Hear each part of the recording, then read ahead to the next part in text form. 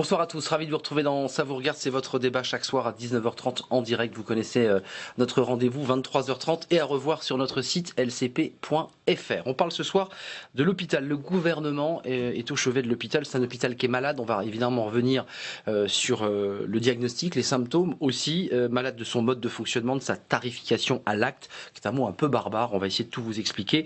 Qui a finalement transformé l'hôpital en une entreprise. C'est une des critiques qu'on entend quand on va sur le terrain. Avec des soins soumis à des obligations de rentabilité, mais aussi de productivité. Et ça concerne au premier chef eh bien, les employés et le personnel soignant qui ont de plus en plus de mal eh bien, à faire les soins dans des conditions normales. On va en parler parce que ce sont des personnels et des personnels soignants qui sont au bord du burn-out. On va essayer de réfléchir évidemment aux propositions qui sont d'ailleurs, on y reviendra, plus des pistes de réflexion menées par le Premier ministre que des propositions concrètes. C'est vrai qu'il a listé un certain nombre de points avec 3 mois de réflexion pour essayer d'approfondir évidemment et de remettre à plat, c'est pas une mince affaire, tout notre système de santé. Volonté de former encore mieux les futurs soignants, c'est un vrai débat. Le numerus clausus, c'est-à-dire la possibilité d'ouvrir encore plus le nombre d'étudiants. Et puis, on va s'intéresser évidemment aux députés, parce qu'aujourd'hui, ils ont été très nombreux à poser des questions.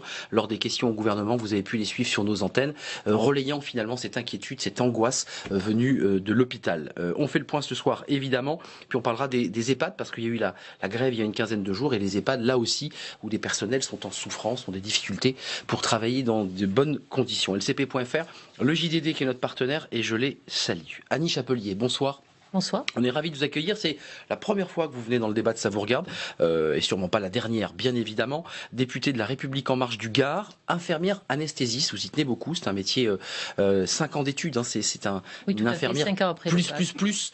Vous avez mis en place ce groupe d'études professions médicales et paramédicales, et vous êtes battu pour le mettre en place. Tout à fait. Nous sommes vraiment battus. Nous sommes actuellement 8 infirmières et une aide-soignante au sein de l'Assemblée nationale. C'est la première fois que les professions paramédicales sont autant représentées au sein de l'Assemblée nationale. Et c'était une nécessité, parce que nous représentons quand même... les paramédicaux, c'est près de 1 million de personnes qui travaillent en tant que paramédicaux. Il y a une vingtaine de professions représentées, et les infirmières représentent près de 630 000 personnes à la louche, puisque effectivement la comptabilité est assez délicate. Il est difficile d'estimer exactement le nombre d'infirmiers. Dans quelques instants, je précise aussi que vous vous intéressez, c'est un sujet qui intéresse beaucoup les politiques, à la désertification médicale, qui est un autre sujet important sur lequel va se pencher le gouvernement. Gilles Lurton est à vos côtés. Bonsoir. Bonsoir. Les députés Les Républicains d'Ille-et-Vilaine, secrétaire de la Commission des Affaires sociales, très impliqué sur ces questions de santé, président de cette co-présidé cette mission parlementaire sur la politique familiale avec des conclusions remises le 21 mars. Dans quelques semaines. Et puis auteur d'un rapport d'information sur le financement de la sécurité sociale. Merci d'être avec nous. Alain Brunel, bonsoir. Premier passage dans Ça vous regarde. Vous allez évidemment revenir de nombreuses fois, député communiste du Nord. Et vous avez décidé avec d'autres députés d'aller sur le terrain, de pousser la porte d'un EHPAD. On avait fait une émission dans l'émission Ça vous regarde sur les EHPAD et sur les conditions de travail du personnel soignant dans les EHPAD. On verra dans quelques instants un reportage. Merci d'être avec nous. Fabienne Bézot, bonsoir. Vous êtes secrétaire du syndicat CGT à l'hôpital de Melun. Et vous y tenez beaucoup parce que vous n'êtes pas qu'une syndicaliste, vous êtes aussi une infirmière. Oui. Et chaque jour vous travaillez, vous essayez de travailler dans les meilleures conditions. On écoutera votre témoignage à la fois de syndicaliste mais aussi d'infirmière dans quelques instants. D'abord, ça ne nous a pas échappé, le Premier ministre est au chevet de l'hôpital. Déplacement à Aubonne, à l'hôpital Simone Veil, c'est dans le Val d'Oise, pour présenter des pistes de réforme. Alors, ce n'est pas des propositions concrètes, parce qu'il n'y a pas eu un mot, par exemple, sur l'augmentation ou pas des effectifs, des pistes de réflexion approfondies. Regardez ce sujet réalisé par Céline Martel.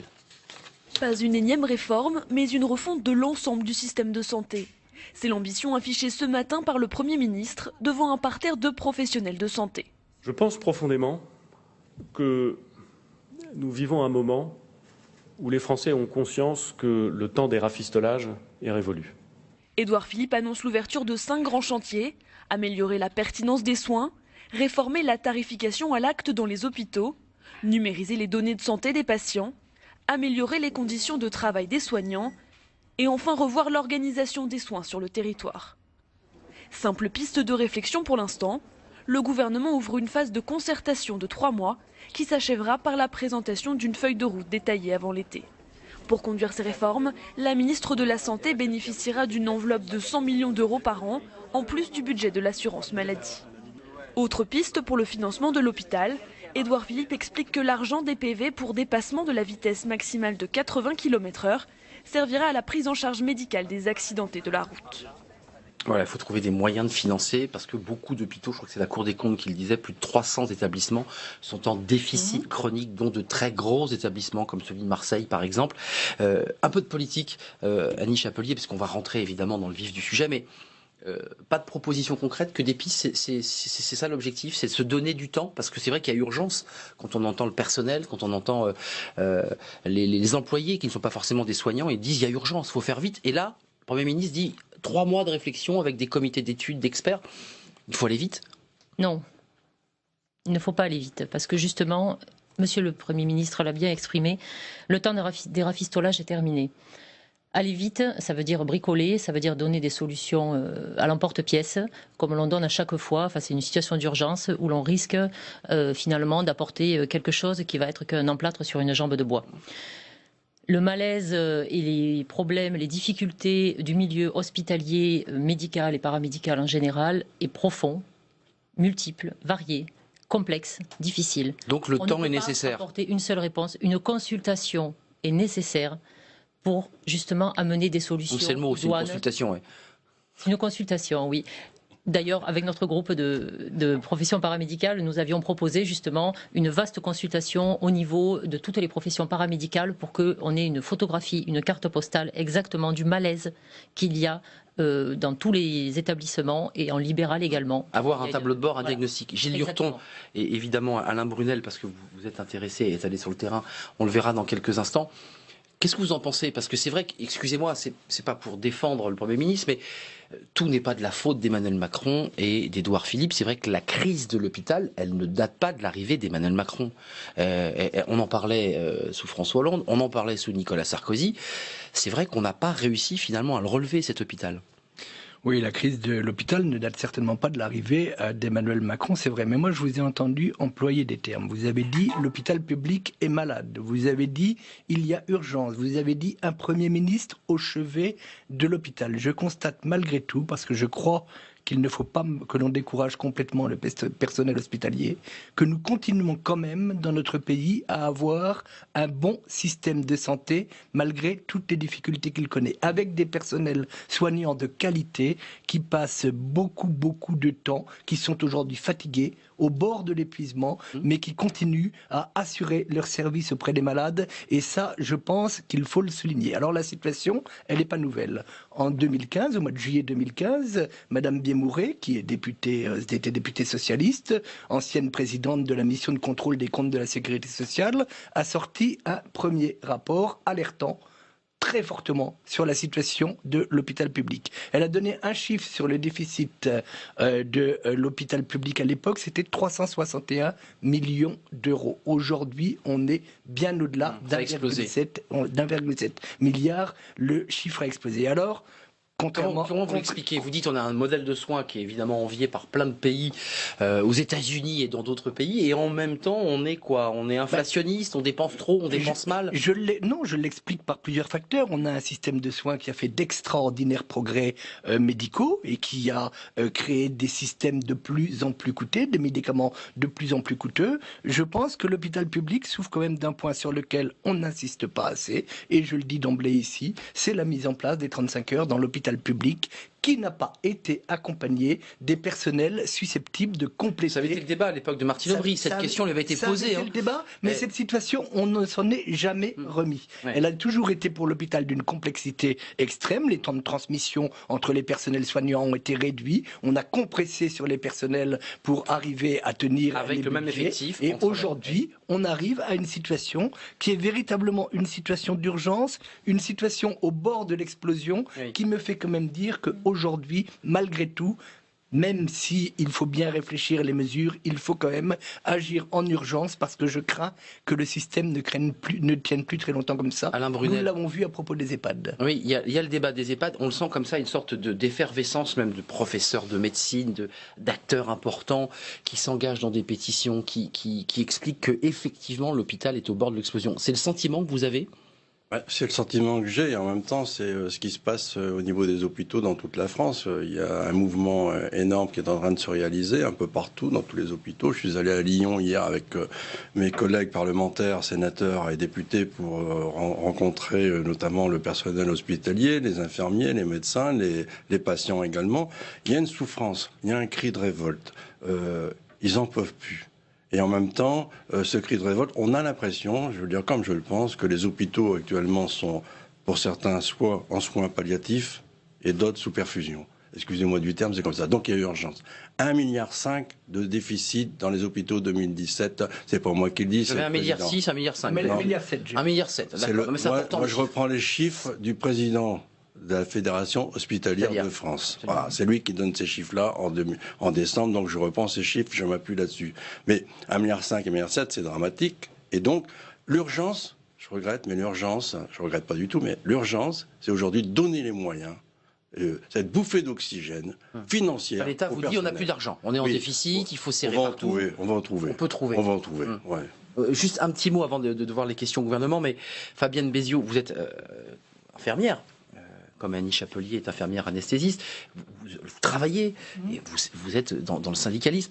Qu'est-ce que vous dites ce soir? Il y a un sentiment comme ça d'abandon, d'explosion sociale, de forte tension. On est quoi, sur une ligne de crête là? On est sur une forme d'abandon, effectivement, de l'hôpital. C'est depuis 2007 que ce problème a démarré. La mise en place de la loi HPST et la T2A, donc la la loi Bachelot, la HPST. C'est ça, exactement. Avec la tarification à l'activité, pour expliquer qu'est-ce que c'est des recettes. Vous faites un acte médical, chirurgical, et ça a un coût. Et du coup, vous êtes payé par la sécurité sociale pour cet acte, directement, l'hôpital. Et avec cet argent, vous payez les frais de gestion de l'hôpital, qui sont à 70% les salaires, et le reste... Pour être précis, la T2A, si j'ai bien lu, c'est 70% des ressources de l'hôpital. C'est-à-dire qu'il vit en grande partie avec cette tarification à l'acte. C'est son budget. Vous dites ce soir, comme le Premier ministre, qui dit on va pouvoir, c'est une piste, redescendre à 50%. C'est-à-dire qu'il n'y aura donc plus que 50% de ressources venant de la T2A. Mais comment on fait pour trouver les ressources ailleurs? Excusez-moi. Nous, en tout cas, le combat, c'est qu'on arrête cette T2A pour que l'hôpital puisse renaître et exister et s'occuper convenablement des patients. Parce que là, à l'heure actuelle, tous, on peut témoigner d'expériences vécues, que ce soit des soignants ou des familles ou des patients, de problèmes de fonctionnement à l'hôpital, de problèmes de soignants qui craquent devant les familles, devant les patients. D'épuisement, de fait qu'ils ne peuvent pas faire leur travail correctement, dans de bonnes conditions, d'aller trop vite auprès du patient et ne pas rester assez longtemps auprès du patient du lit, parce que bien sûr, il faut faire des actes. On l'entend dans les EHPAD aussi. Il faut faire des actes techniques à l'hôpital, il faut soigner les patients, mais il y a aussi l'acte relationnel, la prise en charge auprès... Ça, la T2A ne prend pas en compte. Ah mais non, du tout, pas du tout. Et c'est très important, c'est très très important. Et puis ce qui est très important aussi, c'est qu'à l'hôpital... Les 35 heures, excusez-moi, vous n'avez pas rebondi, on l'entend souvent. Les 35 heures sont un alibi, je dirais, sont un alibi. Il ne faut pas oublier qu'à l'hôpital, nous ne soignons pas des patients comme dans le privé. Nous soignons des patients qui ont souvent des polypathologies, avec cardiopathie, diabète, problèmes autres, âge. Parce que beaucoup de patients à l'hôpital sont plus âgés que dans le secteur privé, parce que le secteur privé ne prend pas ces polypathologies. Et c'est l'hôpital qui récupère ces patients. Et c'est l'hôpital qui s'en occupe. Qui coûte plus cher. Qui coûte plus cher et qui reste plus longtemps dans nos lits. Mais juste un mot, on va voir ce sondage au Doxa sur le regard des Français sur l'accès à l'hôpital. Vous avez le sentiment d'être victime, vous, de cette tarification? C'est-à-dire que quand vous commettez des actes, quand vous faites vos actes, votre métier d'infirmière, là vous savez que ça c'est rentable, que ça il faut pas le faire. Enfin, est-ce que dans l'inconscient du salarié, le soignant peut-être pas, mais le médecin oui. Le médecin le sait. Le médecin c'est lui. Médecin anesthésiste et infirmière anesthésiste Annie Chapelier. Nous ne faisons pas de tarification en tant qu'infirmière. Si je puis me permettre quand même, avoir une vision uniquement budgétaire, c'est avoir une vision totalement tronquée du problème et du malaise de l'hôpital et de la souffrance des soignants. C'est pourtant le cas aujourd'hui quand même. Et de la souffrance des soignants. Et la souffrance des soignants est essentielle, mais on a l'approche que l'on a maintenant, justement, ce temps de réflexion qu'on se donne et qui est nécessaire, c'est justement pour apporter de vraies solutions où on recentre tout sur le patient. D'une part, c'est quelque chose qui a été totalement oublié puisque nous sommes allés à la course à l'acte, effectivement, avec la T2A, où l'on... Qui n'est pas supprimé, hein. Il ne la supprime pas, le Premier ministre. Hein. Il dit qu'on la garde en partie. On ne peut pas supprimer. Le milieu hospitalier fonctionne avec la T2A. On ne peut pas dire demain on arrête la T2A. Enfin, pas de siècle non plus, tout peut se réformer. On ne peut pas non plus l'arrêter en un jour. Oui. On se donne jusqu'à la fin du mandat pour justement passer jusqu'à 50% de la T2A. Pour cela, il faut trouver effectivement des sources de financement autres. Des expérimentations vont être menées d'ici la fin de l'année dans 3 à 5 établissements qui vont être choisis. Qui vont être pionniers, des territoires pionniers, expérimentaux, exactement, où on va réfléchir à d'autres modes de financement, en travaillant en particulier sur le parcours de soins et non pas justement sur la succession, l'accumulation d'actes qui des fois sont redondants et inutiles. On considère qu'il y a près de 30% des actes qui sont menés, qui sont inutiles, qui sont un véritable gaspillage et qui sont répétitifs. Enfin, mais qui sont rentables, excusez-moi, qui sont rentables pour l'hôpital, vous confirmez? Non, pas forcément. Pas forcément. Et Madame Béziot donne un témoignage de son expérience personnelle. Moi, je peux en donner un très simple, parce qu'on dit toujours que l'illustration vaut mieux qu'une démonstration. Lorsque nous avons un patient qui arrive d'un autre service d'un autre établissement hospitalier, qui a été transféré et qui arrive dans notre bloc opératoire, nous avons souvent... Eh bien, curieusement, ne suivent pas les examens biologiques, etc. Vous recommencez des examens également pour effectuer peut-être ultérieurement des transfusions. Donc, et on recommence également à faire des tests. Et donc, tout cela a un coût avéré, important, parce qu'il n'y a pas une continuité de soins, et c'est là-dessus qu'il faut travailler. Et donc simplement pour dire que ce qui est essentiel, encore plus que de réfléchir à des modes de financement, c'est vraiment cette refonte organisationnelle qui est nécessaire dans le travail et qui justement dissémine, découpe le travail, le fragilise et le fragmente, le travail des soignants, et le rend de plus en plus inhumain et difficile à effectuer. Et qui risque une provocation ou une explosion sociale, parce qu'il y a ce débat. Regardez ce sondage au Doxa, ça correspond à ce que disait tout à l'heure Gilles Lurton sur ces Français, le rapport des Français à leur santé. 71% des Français pensent que la France est le pays ayant le meilleur accès à l'hôpital public, donc ça c'est évidemment important. 75% estiment que les soins prodigués par les établissements de santé vont se détériorer au cours des prochaines années, donc d'anticipation de la crise. Et 94% des personnes sondées considèrent que la santé doit constituer une priorité de financement et d'investissement. On gardera ces 94% lorsqu'on vous verra dans l'EHPAD, parce qu'il y a un vrai débat sur le financement. Mais il y a quand même des Français qui disent on sait que ça ne va pas s'arranger. Alors on entend votre discours volontariste, l'idée qu'il faut prendre le temps, qu'il faut réfléchir, qu'il faut revenir sur le patient. Mais Gilles Lurton, Alain Brunel, il y a quand même l'idée que les Français ont anticipé que la médecine, que leur qualité de soins allait se détériorer. C'est terrible. Oui, effectivement, la situation est telle que forcément, il y a un moment où le système ne peut plus fonctionner. La situation est très tendue. Moi, je maintiens malgré tout que les 35 heures ne sont pas un alibi. Il l'aurait été si le personnel avait été complété au moment où la décision a été prise. Je pense que la T2A, la tarification à l'activité, elle a été décidée à un moment où on cherchait à valoriser le coût de l'acte fait sur le patient. Vous le regrettez? C'était votre majorité à l'époque. Oui, absolument. Oui, j'étais pas encore député, mais je ne vais pas m'échapper. Voilà. Elle a été faite pour rationaliser les dépenses de santé. Bon, aujourd'hui, on voit bien que le système a énormément de mal à fonctionner. Moi, je note quand même qu'il a d'abord mis énormément de temps à se mettre en place. Parce qu'au début, les médecins ne codifiaient pas les actes qu'ils faisaient. Vous savez, il y a rentré des chiffres dans l'informatique. C'est très administratif. C'est très administratif pour les médecins. Aujourd'hui, pour connaître bon nombre de médecins, j'ai le sentiment que le personnel médical s'est bien mis à cette pratique. Et à ce moment-là, on va décider de reculer. Soit une capacité d'adaptation incroyable. Je dis le personnel, mais les médecins, c'est les médecins qui codifient. Par obligation.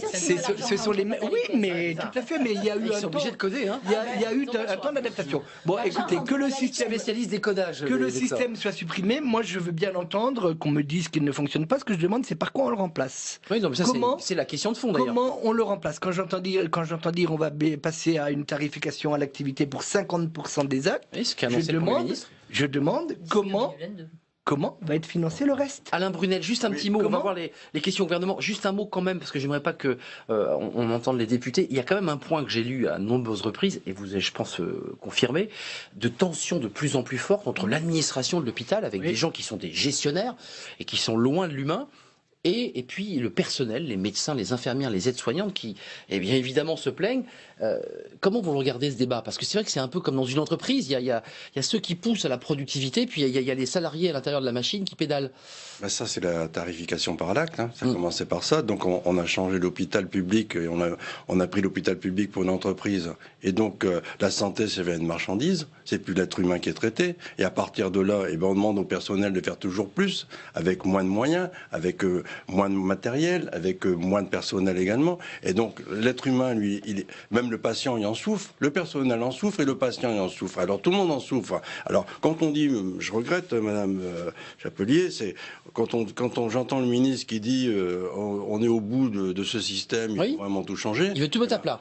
C'est maintenant qu'il faut changer, c'est pas attendre encore une étude de plus. Il y a une urgence, il y a un cri, il y a une révolte. Et on fait quoi? On dit on va donner 100 millions par an. Mais c'est ridicule 100 millions par an. C'est pas ça. Les hospitaliers, d'abord, je devrais quand même signaler que de plus en plus, il y a eu cette pétition quand même des 1000 médecins. Absolument. Voilà. Il y a de plus en plus la parole des médecins qui commencent aussi à s'exprimer. Et des professeurs, Grimaldi. Et des professeurs, etc., qui disent ça va plus, ce système ne va plus. Il faut aujourd'hui s'occuper des gens, il faut s'occuper des humains. Il faut revenir à la mission du service public et de l'hôpital public. C'est surtout ça qu'il faut. Donc voilà, moi je suis très remonté et je termine là-dessus en disant que les parlementaires, communistes, sénateurs et députés, nous entamons le Tour de France des hôpitaux. Oui, je n'ai pas précisé que c'était un Tour de France beaucoup plus global. Ça a commencé notamment aujourd'hui à Lyon par l'EHPAD. Regardez les questions au gouvernement, c'est important de voir aussi, les députés sont en circonscription, ils ont aussi des patients, ils ont aussi des personnels soignants qui leur parlent. Regardez le florilège avec une réponse du Premier ministre et d'Agnès Buzyn, la ministre de la Santé. Regardez. Monsieur le Premier ministre, vous le savez, nos hôpitaux sont à bout de souffle. Ainsi, quelles mesures entendez-vous prendre pour nous permettre de conserver un système de santé solidaire, accessible, en somme, au cœur de notre pacte social? Merci. Pourquoi une transformation globale du système hospitalier? Parce que depuis très longtemps, depuis trop longtemps, nous lui demandons beaucoup. Nous devons avancer dans l'organisation territoriale des soins, pas simplement en organisant le tissu public, pas simplement en nous reposant sur ce qui a déjà été créé, ces groupements hospitaliers de territoire, mais en faisant en sorte que l'organisation territoriale intègre non seulement l'offre publique, mais aussi l'offre privée, pour qu'elle puisse se compléter, pour que la médecine de ville qui existe, que vous n'avez pas, je crois, messieurs et mesdames les insoumis, envie de supprimer, pour que la médecine de ville puisse parler et échanger avec l'hôpital pour garantir une continuité de soins et une bonne préparation et une belle offre médicale. Tout comme les EHPAD, les hôpitaux souffrent, et en premier lieu, les hommes et les femmes qui y travaillent avec dévouement. Leur tâche est délicate, et les difficultés qu'ils rencontrent génèrent fatigue, découragement, voire même détresse. Le gouvernement s'est engagé à supprimer 120 000 postes, 120 000 emplois dans la fonction publique. Pouvez-vous nous dire donc et nous assurer que derrière l'annonce de l'ouverture de réflexions et de chantiers à horizon de plusieurs années, les moyens personnels humains seront maintenus, adaptés aux besoins des patients et qu'au niveau des établissements, les économies qui seront demandées ne seront pas d'abord répercutées sur les ressources en personnel? Bien entendu, dans la réforme de la fonction publique, tous les plans de départ volontaires dont il a été question sur la fonction publique ne concernent pas aujourd'hui la fonction publique hospitalière. Je vous remercie. Alors là, oui, c'est clair. Alors là, c'est clair, Annie Chapelier, parce que ça, c'est une garantie, entre guillemets, parce que j'évoquais tout à l'heure au début de l'émission qu'on annonçait des pistes, vous avez dit, on prend le temps. Ça, c'est concret. Ce plan volontaire de départ sur 120 000, qui a suscité d'ailleurs une assez vive polémique, ne touchera pas le personnel hospitalier. Très bien. Est-ce que ce soir, vous qui êtes aussi une soignante, enfin, vous venez de la société civile, est-ce que vous dites qu'il aurait fallu aussi annoncer une augmentation des effectifs? Oui. Moi, alors ça, c'est Fabienne Béziot de la CGT, mais vous? Je pense que ce qui est une des marques de fabrique de notre gouvernement, c'est de ne pas jeter de la poudre aux yeux et d'être profondément réaliste. On ne peut pas, du jour au lendemain, comme le souhaiterait M. Brunel, sortir des milliards pour compenser le déficit de l'hôpital. On peut également dire qu'il y en a dans l'éducation nationale, qu'il y en a dans d'autres domaines, dans d'autres secteurs. Bon, la multiplication des petits pains, discours pragmatique. Discours pragmatique. D'accord. Mais et la souffrance de vos collègues? Le milieu hospitalier a besoin de personnel parce que la charge de travail est de plus en plus lourde. Oui, absolument. Donc, il n'y aura pas de diminution de personnel. Ensuite, durant cette année, on parle d'urgence, vous réclamez de l'urgence, mais nous, ce que nous proposons quand même, c'est justement que toutes ces mesures soient établies le long de cette année. Donc quand même, ça c'est une réponse relativement rapide. Et pour le reste, sur la durée du quinquennat, enfin, il faut relativiser pour travailler. Oui, et puis pour la T2A qui doit non pas disparaître, mais être arrivée à 50%, nous avons jusqu'en 2022 pour trouver des sources de financement. Gilles Lurton, vous, député de l'opposition, c'est plus facile. Est-ce quand on est dans l'opposition, la majorité, parce que c'est vrai que quand on n'a pas d'argent et quand on est dans la majorité, on dit il n'y a pas d'argent, on peut pas. Pour vous, vous dites ce soir d'être réaliste dans mes réflexions, d'être objectif, plus de salariés, pragmatique. Oui, il y a besoin de plus de salariés à l'hôpital. Je crois, Madame Chapelier, quand même que le gouvernement a commis une erreur dès le début de ce quinquennat, c'est de supprimer les contrats aidés dans les EHPAD, dans les milieux hospitaliers, et ça. Je crois que c'était vraiment la chose qu'il ne fallait pas commettre à un moment où l'explosion commençait. Moi, je suis membre de quoi ça a fait perdre finalement des salariés. Ça a fait perdre des salariés, donc, bien sûr. Je suis membre de la commission des affaires sociales. À la commission des affaires sociales, une députée de votre majorité, Madame Iboura, a rendu un rapport sur une mission flash, un excellent rapport, encore que j'aurais beaucoup de choses à dire, sur les EHPAD. Dans ce rapport, elle a conclu qu'il ne fallait pas supprimer les contrats aidés dans les établissements pour personnes âgées. Et la commission a écrit à la ministre des Solidarité de la Santé pour lui demander de surseoir à cette suppression tant la situation était tendue. Eh bien, ça ne s'est pas du tout passé comme ça. Ils ont été supprimés au même titre. Que l'on veuille transformer les contrats aidés en de véritables contrats, que l'on veuille leur assurer une formation, que l'on veuille leur donner un véritable statut. Il y a une cohérence. On est tout à fait favorable. Précisons que ce n'est pas tous les contrats aidés qui disparaissent pour que les Français qui nous regardent. Une partie ont été supprimés et en partie dans les EHPAD. Mais en fait, ça n'est pas passé comme ça. Ce sont des budgets qui ont été attribués au préfet. Et le préfet, il a dû gérer la pénurie. On est d'accord. Donc il n'a pas eu le choix. Il y a quand même de prévu 72 millions d'euros supplémentaires justement pour recruter dans les EHPAD.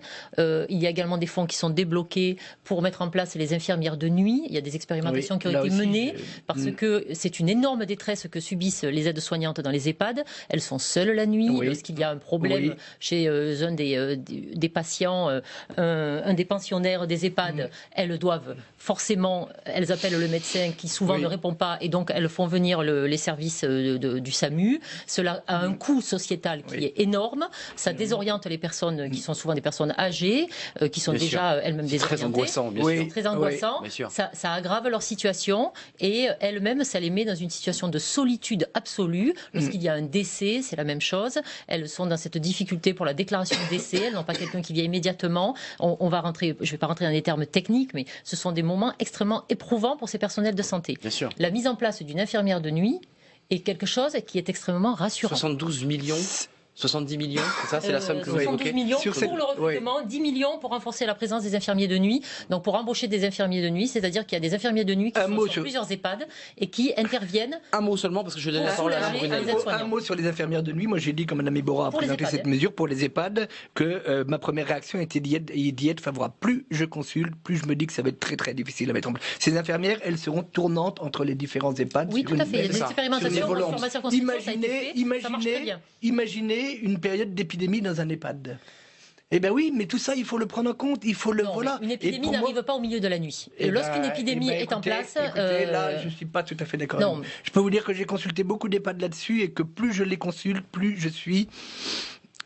Moi, je n'ai pas consulté des EHPAD, je suis allée dans les EHPAD, j'ai parlé avec des infirmiers de nuit qui ont vécu des expérimentations et j'ai travaillé même dans des EHPAD. Donc la place que peut avoir lors d'une épidémie spontanée il faut l'expérimenter, il faut l'expérimenter. Je suis d'accord pour l'expérimenter. Ça a été fait, Alain Brunel, et c'est très concluant. On va parler des EHPAD en fin d'émission, vous voyez, on est déjà rentré dans l'EHPAD, mais juste un mot quand même sur ce que c'est un argument qu'on entend, et encore une fois, pas depuis l'arrivée d'Emmanuel Macron, mais cette médecine à deux vitesses qui s'installe. On a parlé un peu brièvement des cliniques cliniques du système privé, puis il y a le système public, l'hôpital qui est en souffrance.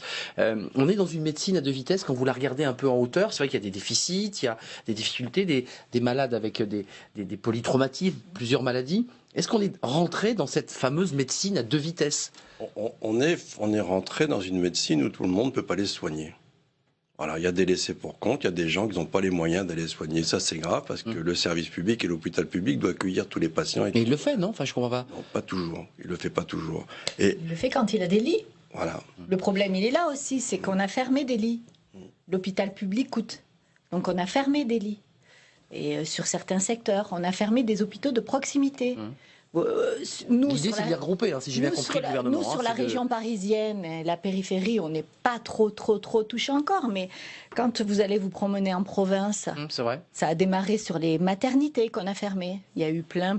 Parce que là, vous parlez de rapports. Excusez-moi, pour des questions de sécurité. On a fait le débat sur ce plateau pour parfois des questions de sécurité, des maternités qui n'avaient pas assez de naissances par an et on estimait qu'il fallait le fermer. Enfin, on est parti sur des quotas. Des quotas, sur des blocs opératoires pareil. Nombre d'actes par an, ils sont en dessous, on ferme. À part qu'on n'a pas pris en compte sur ces lieux que la population ne peut pas faire 100 km dans des conditions de sécurité pour arriver à accoucher ou être opéré. Et qu'on a pris beaucoup de risques. On prend de plus en plus de risques. Et c'est dans ces cas-là que les patients, ils passent à la télé ou ils font appel aux médias à l'époque. Parce que tout ceci, je vous ai parlé de 2007 tout à l'heure, mais tout ceci, ça dure depuis plusieurs années. C'est pas nouveau. Là, M. Macron, M. Édouard Philippe fait des annonces, mais nous sommes sur le terrain et nous revendiquons depuis des années. Il y a eu le rapport Couty qui a fait aussi des constatations pareilles. C'est intéressant parce que les rapports s'empilent, les constats sont les mêmes.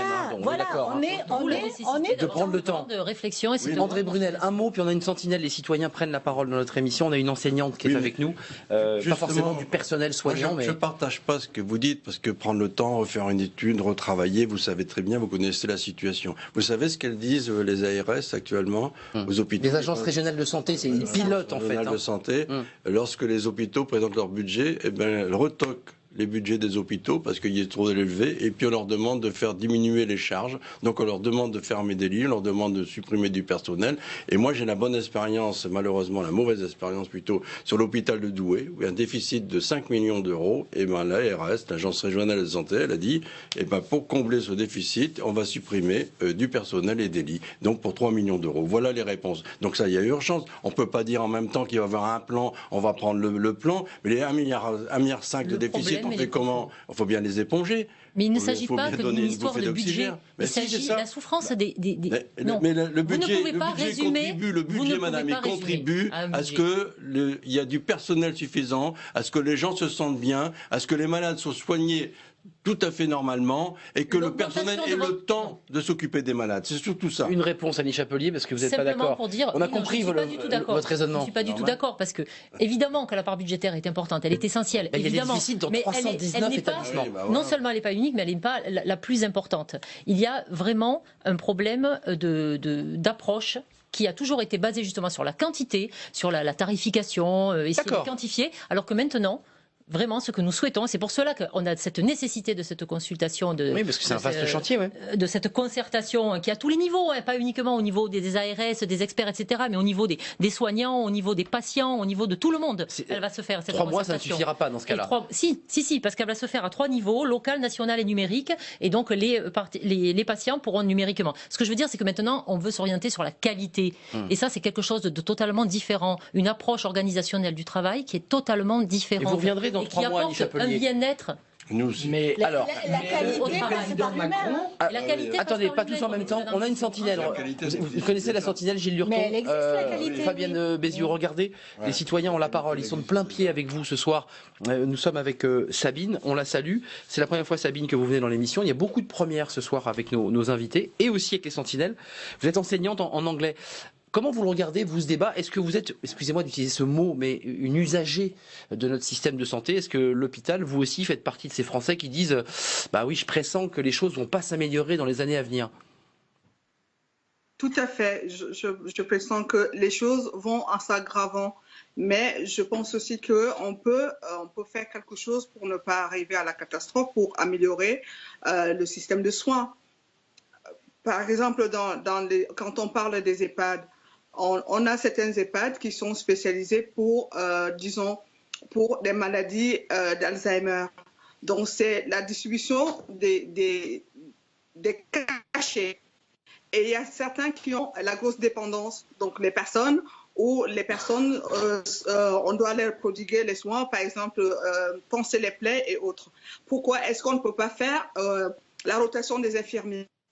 Par exemple aussi, pour donner les cachets, on lègue ça par exemple aux aides-soignantes et que l'infirmière puisse faire plusieurs EHPAD qui sont dans la même ville ou les villes mitoyennes. Parce que concentrer les personnes, parce qu'il y en a d'autres qui n'ont pas assez, qui n'ont pas assez de travail et d'autres qui sont en burn-out. Est-ce qu'on ne peut pas essayer une sorte de péréquation en fait, de regrouper ces infirmières-là pour qu'on puisse la repartir pour essayer de résoudre le problème? Je ne sais pas. Sabine, avant de nous quitter, parce que vous êtes enseignante, si vous le proposez, c'est-à-dire de changer d'établissement toutes les semaines, en changeant de classe, enfin, je vous pose la question un peu abruptement, parce qu'on a du personnel soignant qui va répondre d'ailleurs, député, mais aussi personnel. Ça, vous diriez, mais attendez, on se moque de moi, j'ai besoin d'avoir une stabilité, de connaître l'établissement? Non, pas du tout. Non, pas du tout, parce que justement, je suis contractuelle. Donc, depuis la rentrée, je suis au 3e établissement. D'accord, mais j'étais sûr que vous étiez, voilà, comme beaucoup de contractuels, vous avez des quarts de poste, des demi-postes, des tiers de poste. Restez avec nous, Sabine. C'est pas très confortable, hein, moi, je trouve, quand même, comme situation. Non, ça vous semble pas... Écoutez, il est essentiel de connaître les patients, même s'ils sont là que pour 2-3 jours, de les connaître, qu'il y ait une régularité dans le projet de soins et que le soignant puisse savoir si le soignant doit changer toute la nuit ou pour faire regarder chaque patient, d'autant qu'il va y avoir un problème, parce que si vous avez un patient qui décompense à ce moment-là, quand vous êtes déjà dans un établissement, vous allez perdre du temps parce que vous allez devoir vous en occuper et les autres, ils vont attendre. Enfin, je ne sais pas, moi, comment ça va se passer, ce système. Un mot seulement, parce que j'aimerais qu'on parle de la médecine de ville. Je suis entièrement d'accord avec Mme Béziot. Oui, c'est compliqué à mettre en place. Non, c'est pas du tout cela que j'allais dire. C'est pas compliqué à mettre en place parce que c'est ceux qui existent déjà. Par exemple, la PHP, la Science publique de Paris, fonctionne essentiellement avec des intérimaires, des personnes qui viennent, qui vont d'un établissement à l'autre, qui coûtent beaucoup plus cher parce que l'on manque d'infirmiers. Oui, donc, je parle de ce que je le connais. Non, la dame propose d'aller dans plusieurs établissements et de tourner sur plusieurs établissements. Oui, mais la même journée, par exemple. Mais par contre, justement, terminé, parce que j'aimerais qu'on parle avec Mme Béziot dans le sens où nous devons faire disparaître ce mode de fonctionnement et avoir des personnes attitrées dans des services qui puissent s'investir réellement dans des services. Un mot chacun, Gilles Lurton, juste parce qu'on va voir un sujet sur les EHPAD, je vous l'ai promis. Je partage tout à fait ça. Hein. Moi, je dis qu'une infirmière, vous savez, quand elle est recrutée à plein temps dans un EHPAD, c'est pas pour rien qu'elle est recrutée à plein temps. Et son plein temps, il est très, très largement occupé par sa journée dans l'EHPAD. Alain Brunel, la médecine de ville, rentrons dans un autre sujet très sensible qui occupe beaucoup le travail des députés qui sont en circonscription et qui voient dans leur zone rurale, ou pas d'ailleurs, le manque de médecins. Qu'est-ce que vous dites ce soir? Parce que ça, c'est aussi une piste de réflexion, le fameux numerus clausus, c'est-à-dire on l'a déjà d'ailleurs augmenté le nombre d'étudiants pour avoir plus de médecins. Est-ce que vous dites ce soir, vous, le député communiste, il faut obliger ces médecins qui sortent de l'école à s'installer dans des zones rurales où il y a un désert médical, ou est-ce qu'il faut laisser la médecine libérale la liberté de choisir? Moi, je dirais déjà que j'ai écouté le Premier ministre concernant le numerus clausus. Il dit, moi, je ne sais pas. Non, il n'y aura pas de tabou, dit-il. Le sujet est ouvert. Mais moi, je ne sais pas. Il dit, je ne sais pas ce qu'il faut faire. Je ne sais pas, j'ai pas de position. J'ai entendu ça. Vous, le député, la question est simple. Moi, je dis, il faut augmenter le nombre de médecins. D'accord. Il en manque. Quand on parle de désertification médicale, c'est aussi une preuve. On parle de télémédecine aujourd'hui, mais la télémédecine, bon, ok, c'est bien si ça se met en place. Mais en même temps, le médecin qui est devant son écran, il va faire la même chose qu'une consultation. Donc s'il manque de médecins, il ne va pas pouvoir se permettre de faire la télémédecine. Mais est-ce que vous, le député, vous dites, avec le service rendu par la collectivité, l'université, la formation de ces médecins, est-ce qu'il faut, pendant une durée de 3-4 ans, entre guillemets, les obliger à aller dans la Creuse, le Loir-et-Cher, et pas forcément dans le Var, ou dans la jolie région d'Ille-et-Vilaine ou la Bretagne? Est-ce que cette obligation, vous dites, il faut l'installer? Je vous pose la question. Il faut trouver un système. Comme je dis, moi, j'ai pas la réponse là immédiatement. Les professions paramédicales, on a tranché. Hein. Eh oui, c'est tranché, mais pas pour les médecins. Mais non. Eh non, on est d'accord. Non, mais je voulais juste entendre. L'installation des infirmiers, des kinés, voilà. C'est ça. C'est pour ça que ça existe ailleurs. Alors, vous savez, dans la les médecins, dans la jolie région d'Ille-et-Vilaine, moi je pense à Saint-Malo, c'est la circonscription dans laquelle je suis. Très jolie ville. On commence déjà à s'inquiéter pour l'avenir des médecins qui commencent à partir en très nombreux à la retraite.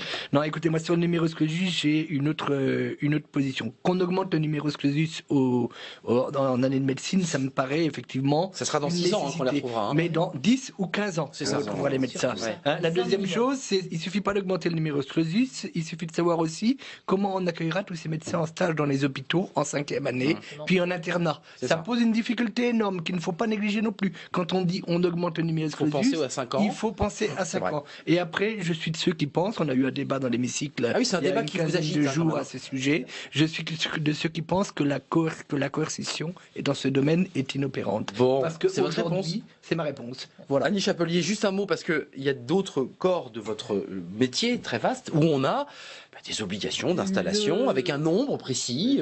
Le problème de désertification médicale, effectivement, c'est dû au manque de médecins. Ça, là, je n'invente rien. Ça, c'est factuel, on est d'accord. Par l'augmentation du numerus clausus. Dans 15 ans, donc Dans 10 ans minimum pour mais les tout de suite, pas 15 ans. Pour ceux qui sortent là. On augmente aujourd'hui le numerus clausus, on est en effet dans 10 ans.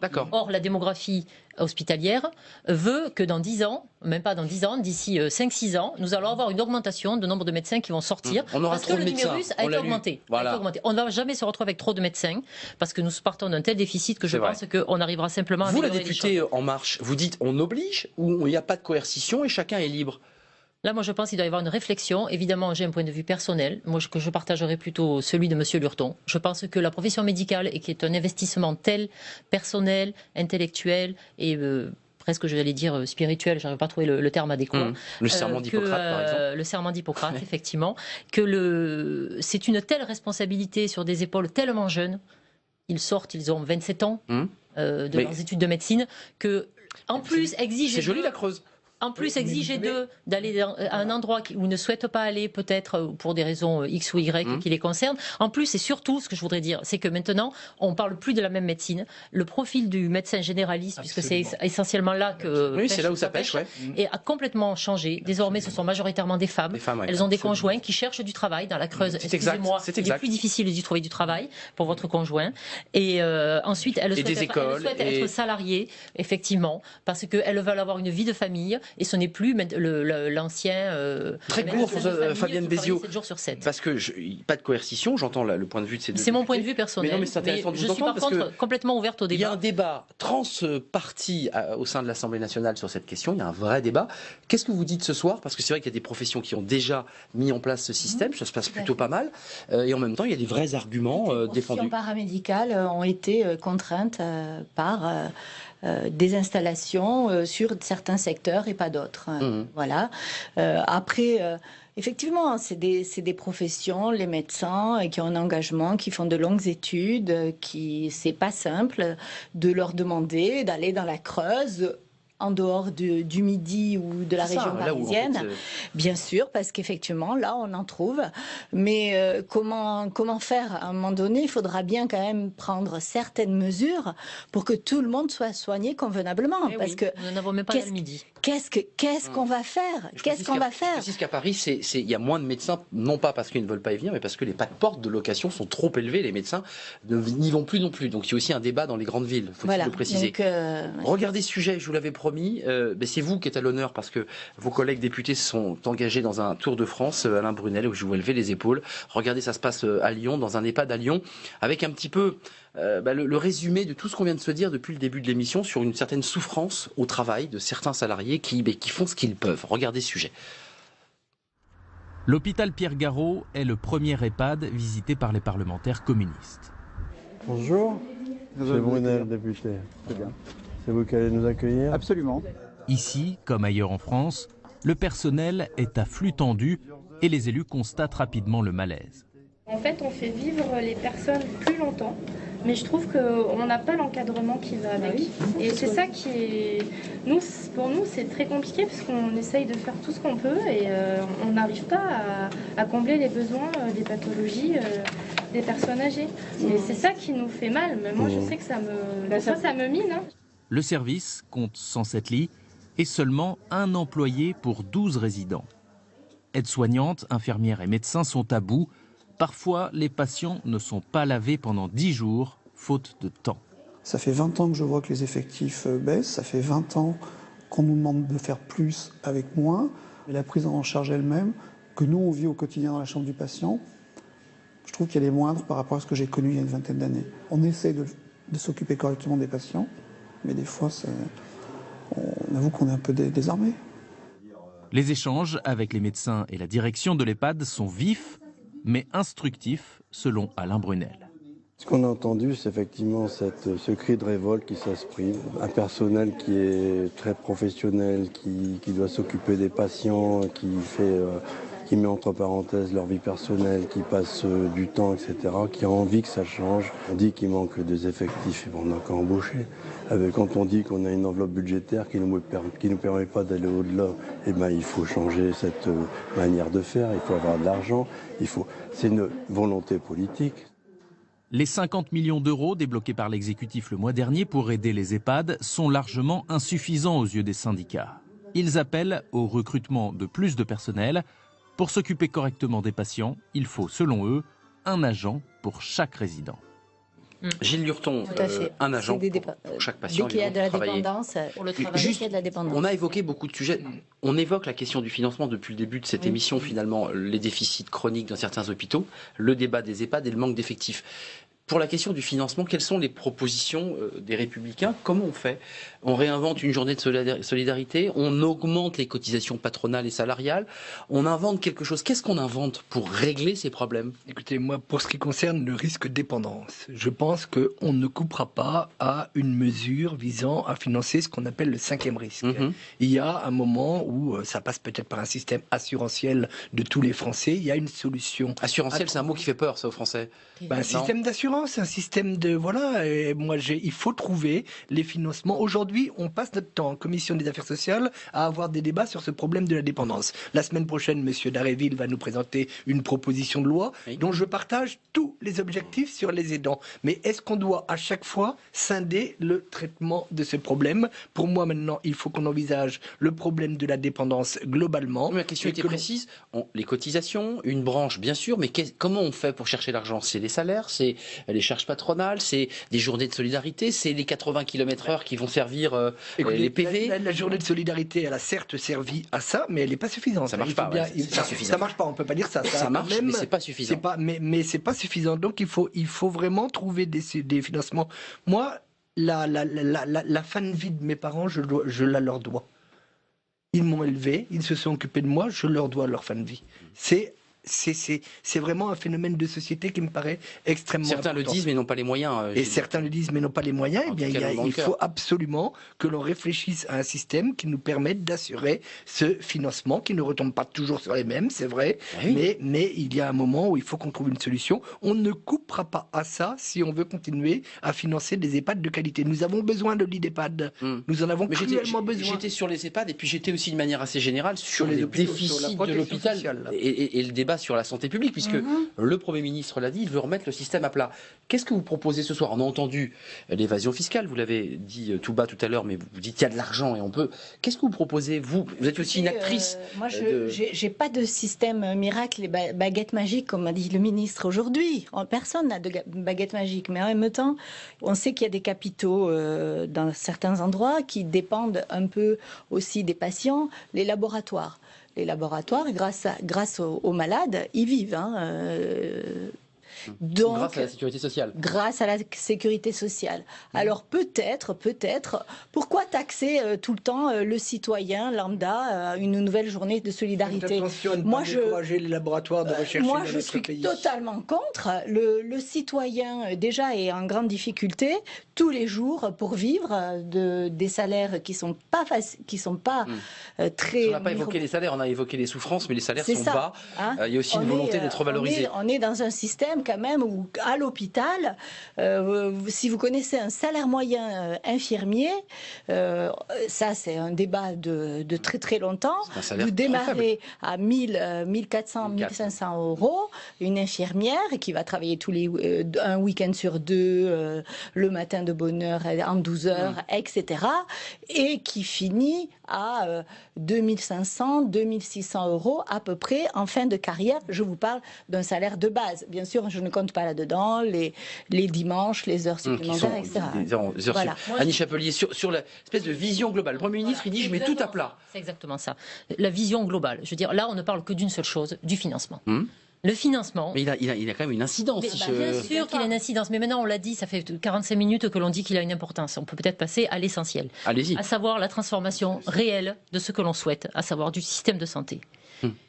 Enfin, les deux ne sont pas déconnectés, excusez-moi. L'hôpital, non mais justement, l'hôpital, c'est le bout de la chaîne lorsque ça ne va pas. Il y a quelque chose d'autre qui est essentiel dans le système de santé, c'est la prévention. La prévention pour promouvoir des comportements favorables à la santé, pour que les gens aillent mieux, ça on en parle beaucoup, pour informer. Et là-dessus, le gouvernement met le paquet. Parce que si nous avons une population en meilleure santé, elle consommera moins du soin. Bien sûr. C'est logique, c'est normal. Mais ça ne produira ses effets que dans 10 à 15 ans. Peut-être, mais au moins ce sera des effets pérennes qui amélioreront la vie des Français et non pas encore une fois. Notre collègue Grelier démarre son rapport là-dessus. Je suis d'accord avec ça. Ça c'est vrai. Sur la prévention, la prévention c'est essentiel. Ensuite, en dehors de la prévention, au niveau du travail hospitalier en lui-même, il y a de larges économies à faire. Parce que, comme je le répète encore une fois, il y a près de 30% des actes et des soins qui sont menés, du coût. Des redondances de soins. Voilà, qui sont des redondances et qui sont du gaspillage pur et simple. Donc là, il y a des efforts à faire. Donc là, il y a un énorme effort à faire. Et au niveau de la souffrance des soignants, vous pouvez augmenter les salaires tant que vous voulez. Ça ne changera pas grand-chose. Au temps qu'ils ont. Donc effectivement, dans certains secteurs, il faut embaucher, mais surtout, il faut modifier les règles organisationnelles. Et c'est pour cela qu'on a besoin de cette réflexion et de cette concertation avec les soignants pour qu'eux-mêmes nous expliquent comment ils peuvent envisager d'organiser le travail de fond. Alain Brunel, juste avant de nous quitter, il reste très peu de temps, mais j'ai lu que dans les EHPAD, il y avait aussi un peu de la T2A, c'est-à-dire que plus la personne arrivait, excusez-moi cette expression, mais en mauvais état, c'est-à-dire plus l'établissement touchait, et effectivement, si on prend un ergothérapeute et qu'on permet à la personne d'être le plus autonome possible, on touche moins. Et vous le confirmez, ça, le directeur ? Oui, je confirme, je vais revenir simplement sur un aspect. Quand on parle de financement, je rappelle quand même que le gouvernement a voté 2 euros supplémentaires sur le forfait hospitalier, de 18 il passe à 20 euros, qui va se répercuter sur les mutuelles certainement, donc les gens vont encore payer un peu plus. La deuxième chose, c'est qu'après c'est des choix. La stratégie financière, c'est aussi un choix de gouvernement, de politique du gouvernement.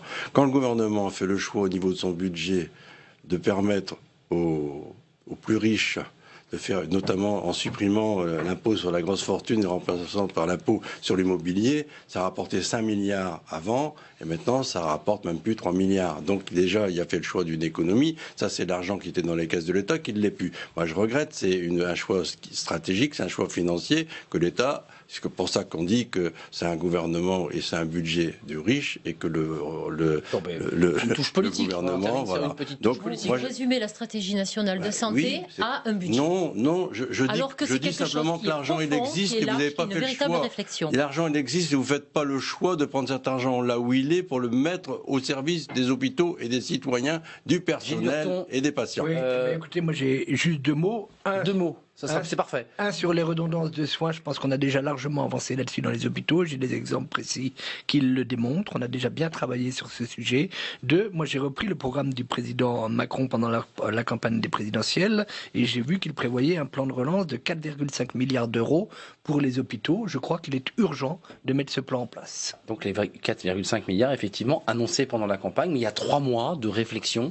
Et vraiment, vous reviendrez à l'issue de ce travail mené sur le terrain, sur le plan national et local. Merci Annie Chapelier, vous êtes députée de La République En Marche du Gard et infirmière anesthésiste et coprésidente de ce groupe profession paramédicale. C'est important parce que ce groupe d'études n'existait pas à l'Assemblée nationale. Merci à Fabienne Béziot, vous êtes la responsable CGT de l'hôpital de Melun et infirmière, donc vous êtes aussi en activité. L'argent est le nerf de la guerre, quand même. L'argent, oui, on ne peut pas le déconnecter, c'est ce que vous voulez dire pour conclure. Merci Alain Brunel, député communiste du Nord, merci d'être venu sur ce plateau. Merci à Gilles Lurton, député des Républicains d'Ille-et-Vilaine. On a parlé de Saint-Malo, c'est très beau, en effet. Merci.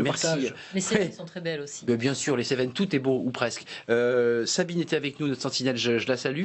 Et puis on se retrouve demain, évidemment, pour un nouveau numéro de Ça vous regarde. On parlera des migrants, parce qu'il y a aussi un débat à l'intérieur même du groupe des marcheurs sur les migrants et les centres de rétention, parce que les députés, certains d'entre eux, ont poussé la porte de ces centres de rétention. On en parlera demain soir en direct. Bonne soirée, à demain.